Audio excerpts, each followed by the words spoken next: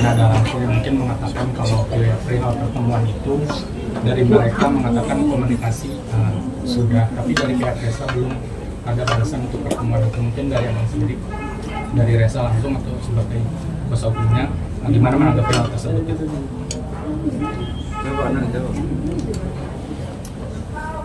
Bismillahirrahmanirrahim ya. Jadi baru kira-kira 5 menit ini aku tahu kalau ternyata memang sudah ada pernah WA antara Dinada dengan Resa.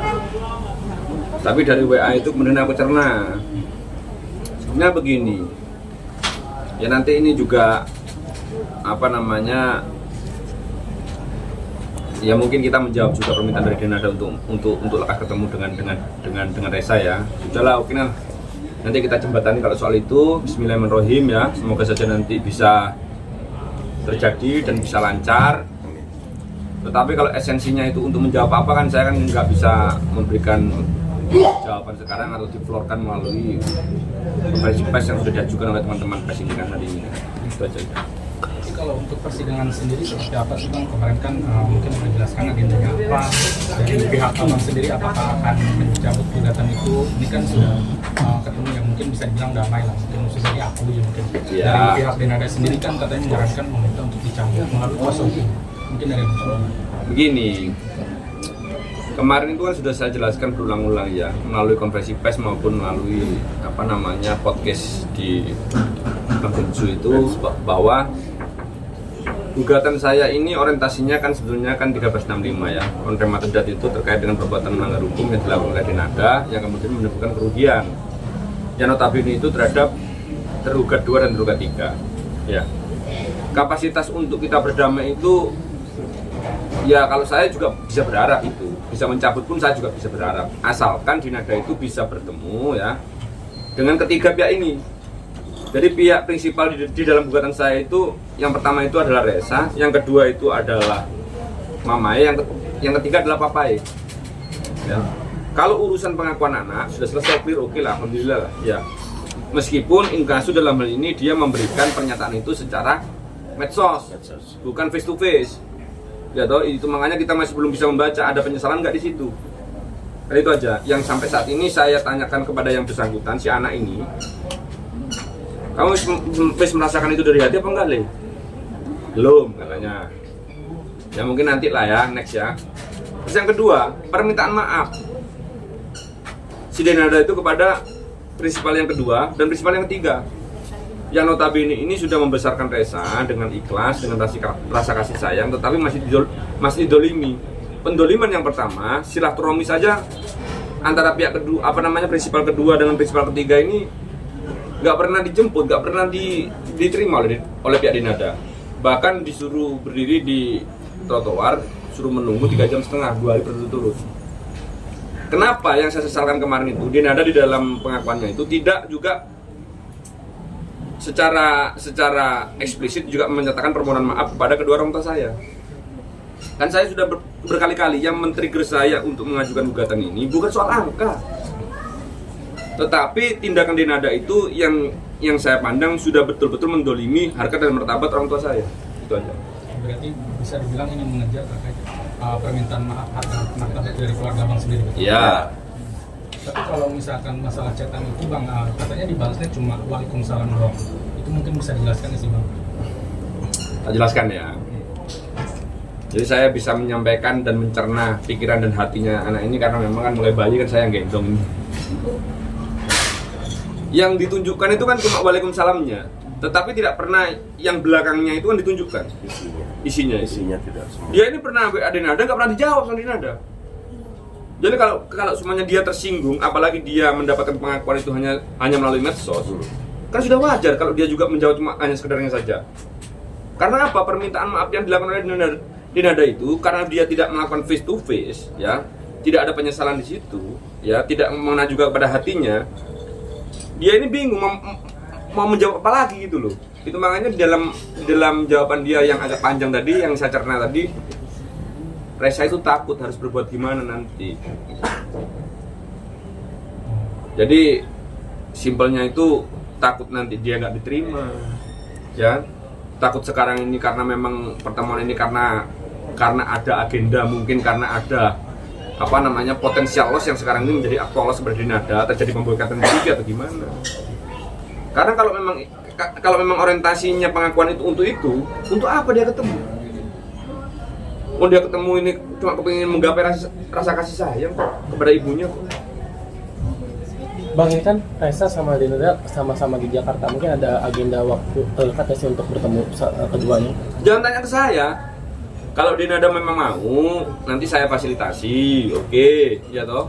Saya nggak masalah. Tetapi kalau kita yang disuruh untuk berinisiasi untuk ketemu, datang ke Dinada, saya kan sudah bilang di dalam konferensi pers yang sebelumnya, takutnya nanti kita nggak dibuka pintu lagi gitu loh. Coba nanti jenengan-jenengan nanti yang bisa mencerna kira-kira rasanya gimana perasaannya. Kalau kita datang, kita sudah 2 hari berturut-turut tuh ya. Datang ke rumahnya Dinada itu dibuka pintu cuma 15 cm. Itu pun sama satpamnya yang kita sudah komunikasi dengan Dinada, kita sudah di Jakarta. Nggak pernah disuruh masuk ke ruang tamunya. Disuruh kita datang ketiga lagi. Kalau nanti ternyata tanggapannya sama, coba teman-teman netizen atau semuanya lah yang bisa menilai nanti gimana perasaan kita. Kan malu kita. Lanjut. Ada rencana untuk ketemu itu kapan Bang? Berarti mungkin ada rencana. Jangan tanya sama saya. Sudah nanti kalau memang Dinada nanti mungkin nanti akan saya jawab ya. Jadi Dinada itu kalau memang betul-betul nanti mau tanya, jangan tanya kepada Reza saja. Coba tanya ke saya lah, nanti saya jawab. Insya Allah dia kalau mau tanya, kalau mau tahu nomor teleponku ya bisa nanti kita fasilitasi. gampang lah itulah. Alasan yang Jangan kan Dinada, teman-teman pes saja sudah tahu, banyak yang tahu kan gitu. berarti alasan kemarin menjawab masalah ini mungkin karena ada rasa ketakutan nantinya kedepannya akan seperti apa? Iya, Gitu. takut. Tapi kan mereka bilang tidak sesuai dengan apa yang dibicarakan Reza katanya kalau di depan untuk ketemu itu kata di pihak Reza. Gimana? Tidak sesuai fakta kalau misalkan Reza ini pengen ketemu Dinada, padahal udah di chat tapi tidak direspon. Iya, katanya nggak direspon. Karena bukan nggak direspon, dia sudah ngerespon. Panjang lebar. Makanya Dinada itu kan sebetulnya kan nggak usah ngechat, datang aja sudah, dia tahu kan gimana dia tinggal kan. Itu loh. Dia salah semua nanti karena chat-chatannya dia sebelumnya itu nggak pernah direspon sama Dinada. Itu makanya kalau semuanya teman-teman itu melakukan justifikasi bahwa sekarang ini malah dia yang salah karena nggak merespon, itu salah. Dia ini mau merespon pun takut karena dia nggak pernah, masih belum tanya ke saya. Jadi gimana ya, apa yang harus saya lakukan Undang? Karena saya ini kan kakaknya kan, itu yang paling tahu dia kan. Itu makanya dia takut salah langkah, salah tanggap juga. Dia bingung juga sekarang ini harus manggil ibu dah, manggil mbak dah. Soalnya di dalam cecetan itu Dinada sudah bilang, ya terserah nanti nyamannya mau panggil apa. Itu pun aneh kan rasanya kan. Coba gimana rasanya? Nah coba. Sekarang mau panggil mbak boleh, panggil ibu boleh kan gitu kan. Sudahlah, jangan lewat cecetan. Karena cecetan itu tidak bisa menunjukkan ya gimana rasanya apa ya perasaan ini bisa meluap gitu loh. Tapi insya Allah saya punya prediksi yang agak sedikit positif ya, karena saya selalu husnudon sama yang di atas, sahab. Insya Allah ini nanti smooth lah nanti penyelesaiannya kalau memang Dinada itu betul-betul bisa mengesampingkan egonya yang pertama ya, bisa menunjukkan bahwa orientasi dia untuk melakukan pengakuan itu betul-betul dari hatinya, itu aja. Bang, apa karena digugat 7M itu akhirnya dia agak sedikit ada perubahan atau gimana? Soal gugatan 7M itu kan sebetulnya kan hubungannya Dinada dengan penggugat 2 dan 3. Begini, orang berkali-kali tanya bahwa saya selalu memperjuangkan atau meminta nilai 7M itu. Padahal sudah saya jelaskan, kalau kita berbicara tentang gugatan 1365 itu ada on rahmatadat, itu ada 2 unsur. Yang pertama itu on rahmatadat, sifat yang melanggar hukum. Yang kedua itu adalah unsur kerugian. Nah, andai kata pun kita meminta itu pun, undang-undang juga memberikan fasilitas kok soal itu kok. Kan begini kan, hubungan Dinada dengan hubungan pihak kedua dan pihak ketiga, ya, penggugat 2 dan 3 ini kan hubungan perikatan. Ya, sebetulnya memang hakikatnya bukan ini ya, hakikatnya saya minta permintaan maaf sebetulnya ya, tetapi kan harus ada yang juga diperhitungkan sama Dinada sebetulnya, seharusnya. Karena pada waktu Dinada itu memberikan menitipkan Reza ini, dia bilang sudahlah tenanglah, susunya nanti akan datang truk-trukan. Nah, sejak semula kita nggak pernah berpandangan itu. 1 sendok nggak pernah ada kok. Kita nggak pernah ribet kok. Yang men-trigger saya mengajukan ini, ketika orang tua saya datang ke Jakarta nggak dibuka pintu, satu. Yang kedua, mamanya dilaporkan polisi dan didatangi 2 polisi berseragam di rumah karena adanya indikasi penggelapan mobil. Dan Resa juga dilaporkan disomasi sama ibunya. Kan lucu, itu yang men-trigger saya, sehingga saya kemudian akan mengajak dia untuk berhitung kembali. Ya sudahlah, kalau gitu. Karena apa? Kan begini logikanya. Kalau gugatan saya tidak dikabulkan sama pengadilan, berarti saya yang salah. Berarti dia nggak punya kewajiban untuk menafkahi Resa. Tapi kalau gugatan saya dikabulkan oleh pengadilan, berarti dia yang salah. Gitu loh. Sekarang saya tanya, siapa orang yang bisa menitipkan anaknya ya tanpa dia punya kewajiban untuk menafkahi anaknya? Siapa yang mau terima? Nah, meskipun pada hakikatnya bukan itu loh ya. Ini saya garis bawah ya. Hakikat awalnya bukan itu. Hakikat awalnya karena orientasi ibu saya yang sudah diinjak martabatnya, disuruh berdiri di pinggir trotoar selama 3,5 jam, 2 hari berturut-turut, tidak bukan itu aja. Lanjut. Soal isu Renata itu memiliki 3 anak, sempat ada statement yang berseliweran di media sosial itu gimana Bang? Tapi sempat akhirnya ada yang klarifikasi kalau Renata itu berdua. Wah, ini pertanyaan berbau dosa ini. Ya mohon maaf ya, saya juga tidak dalam kapasitas untuk menjawab itu. Ya tolonglah kalau memang teman-teman sudah bisa melihat saya kan sudah mulai awal kan saya kan sudah bilang, andai kata Mbak Dena itu sudah betul-betul menghadiri mediasi forum yang sudah disediakan oleh pengadilan yang begitu mulia, yang menutup perkara ini biar aib nggak terbuka ya. Kalau dia betul-betul hadir, selesai masalah ini. Karena dia tidak hadir, maka aib ini terbuka. Padahal orientasi saya bukan untuk membuka aib. Sekarang aib lagi yang datang semuanya, anak 3 semuanya. Ya kalau itu saya nggak punya kapasitas untuk menjawab lah, daripada nanti saya juga ketahuan dosa lah, gitu loh. Bang, Resa, kemarin pihak Denada mengatakan ada gugatan yang direvisi oleh pihak Resa. Mungkin bisa dijelasin nggak Bang, poin-poin apa aja yang direvisi? Enggak, sederhana. Karena ada penambahan kuasa hukum yang ada tim saya, yang satunya baru akhir masuk, yang namanya Mas Firdaus itu yang tidak tercantum dalam gugatan yang awal, yang sekarang ini harus dimasukkan, yang itu diributkan sama kuasa hukumnya Denada. Padahal itu nggak terlalu fundamental, nggak terlalu krusial bagi saya sebenarnya. Nggak apa-apa lah, kita turuti lah, nanti kita ajukan perubahan untuk itu aja, menambah itu aja. Berarti tidak ada poin-poin yang diubah? Nggak ada. Sama dengan yang di... Nggak ada. Hanya penambahan kuasa hukum. Bang, Resa, kemarin Iqbal juga mengatakan dia sudah sempat memberikan statement kalau sudahlah cabut saja gugatannya atau ini juga masalah ibu dan anak. Mungkin kamu menanggapi gimana? Dia nggak bisa menjawab, biar saya yang menjawab ya. Itu makanya agak sedikit mungkin ada ketidakmampuan ya kuasa hukumnya untuk mencerna gugatan saya. Kan saya kan sudah bilang prinsipal di dalam gugatan saya itu ada 3. Yang pertama itu Resa, yang kedua itu Mama Rate, yang ketiga itu Papa Dino. Jadi kalau memang ada, karena ini hubungan antara anak dan ibu, itu kan masalah petitum yang pertama. Petitum yang kedua, dia sudah minta maaf nggak kepada Mama Rate sama Papa Dino? Dia sudah mengakui salahnya nggak? Dia bertanggung jawab atas segala perbuatannya nggak? Kan itu belum.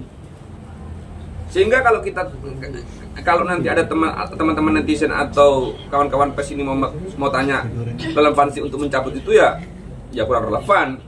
Berarti kan pengacaranya kan kurang mencerna kan gugatan saya itu apa kan petitumnya, kan itu aja. Bang, mungkin sampai saat ini Resa udah dicari ayah kandungnya. Dia mengetahui atau mungkin mengetahui atau mengetahui. Saya tahu, tapi saya nggak ngasih tahu. Memang haknya dia.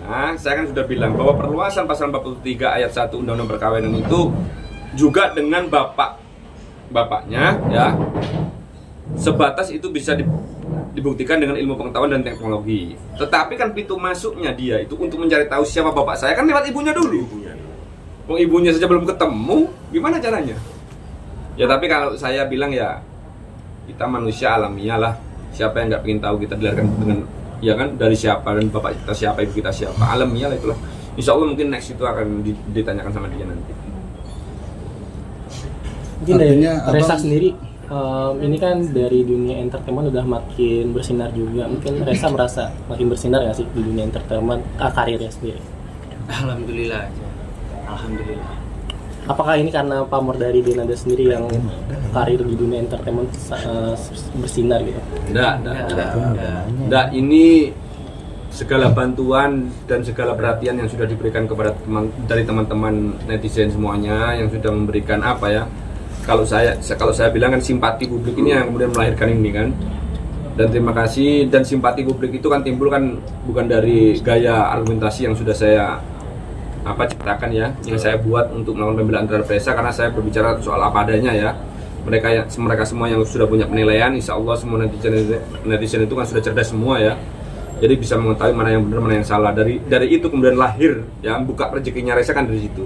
Meskipun semuanya dari sang hak sebelumnya kan begitu, melalui teman-teman netizen itu. Tapi Reza sendiri gimana? Tadi kan sudah mungkin disampaikan gitu sama Om gitu kan. Tapi dari Reza sendiri pas tahu ini Mama Dena langsung hubungin Reza untuk maksudnya mungkin membuka komunikasi dan ujungnya nanti adanya pertemuan gitu. Mungkin pas tahu selain bingung mungkin apa yang dirasain sama Reza sendiri, tiba-tiba akhirnya Mama Dena langsung komunikasi langsung hubungin Reza gitu. Ya takut aja untuk menjawab, takut salah, takut gitu, lebih ketakut aja. Takutnya karena udah dikecewakan, ditolak atau bagaimana Reza? Iya, takut itu terulang lagi. Kan gini intinya kan, pastinya kan Mbak Dena kan tahu Reza di mananya di Jakarta. Kenapa nggak langsung aja gitu? Kenapa harus melalui WhatsApp? Misal kamu mungkin sudah mengetahui Denada sudah mendatangi Paris untuk mengurus pengakuan sebagai anak dan kalau Reza sendiri belum.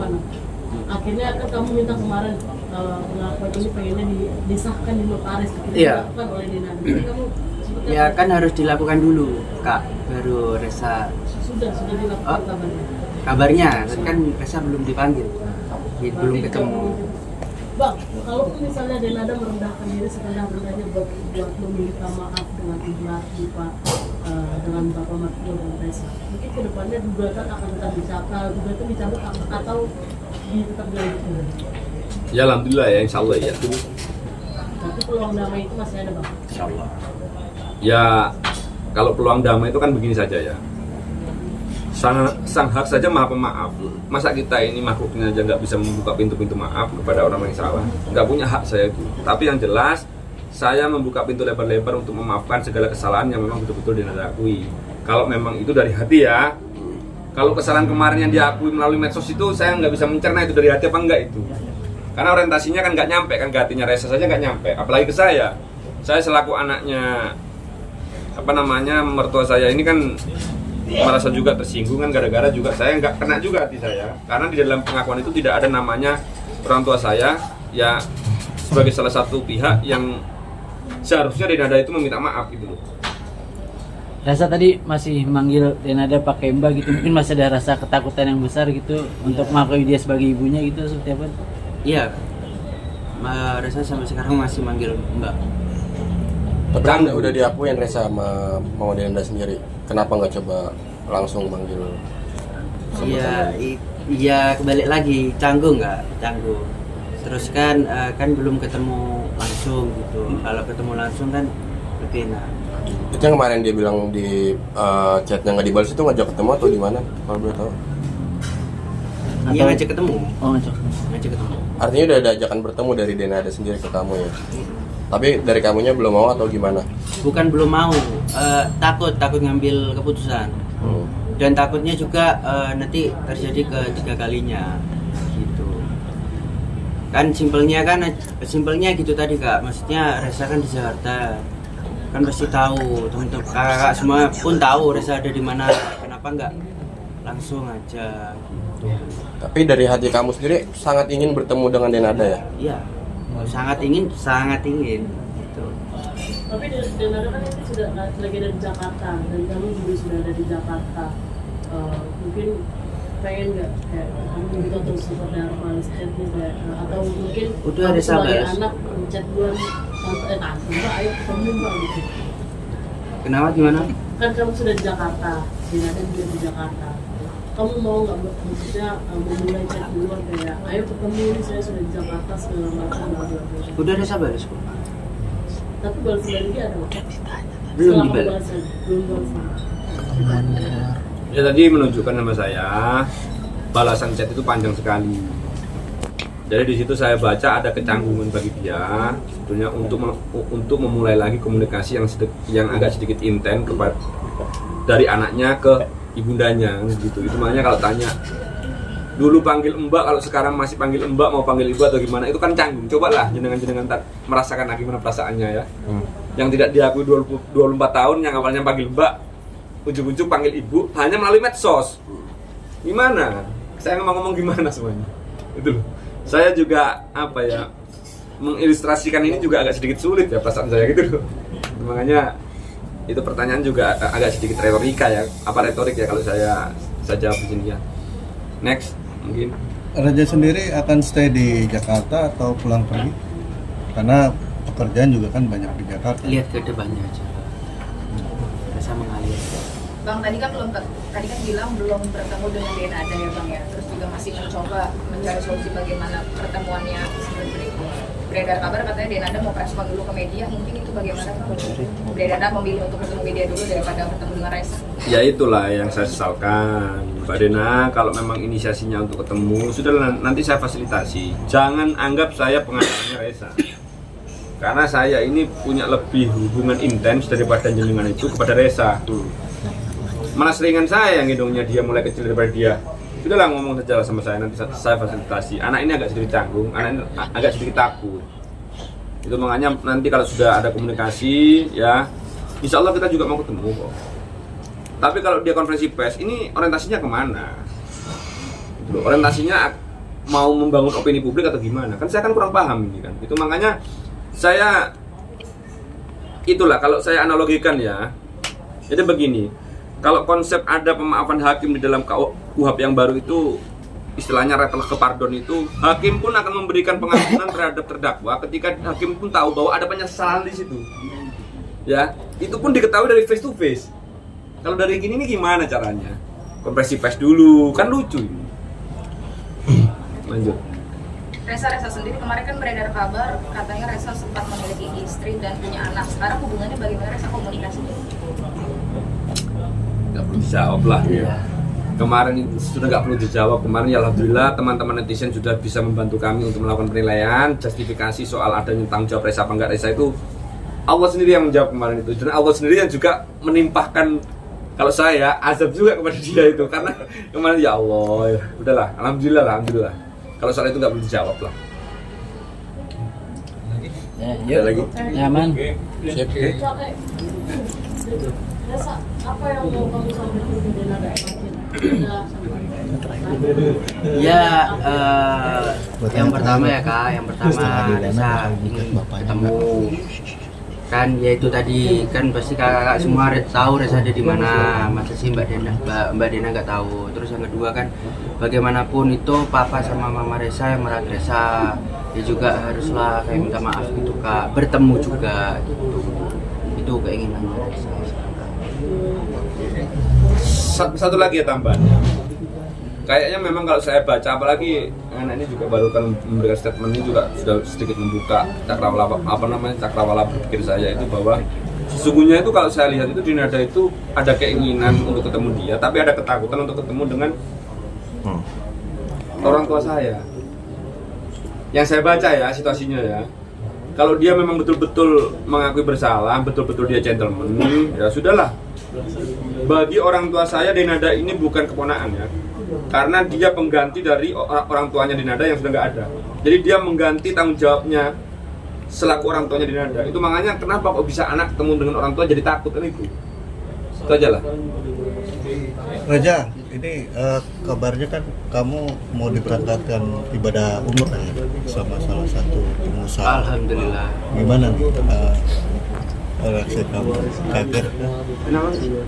Reaksi kamu gimana, kaget? Ya alhamdulillah kaget, senang, bahagia, kan juga berangkat sama mama. Alhamdulillah banget. Jadwalnya kapan ya? Misalnya kapan?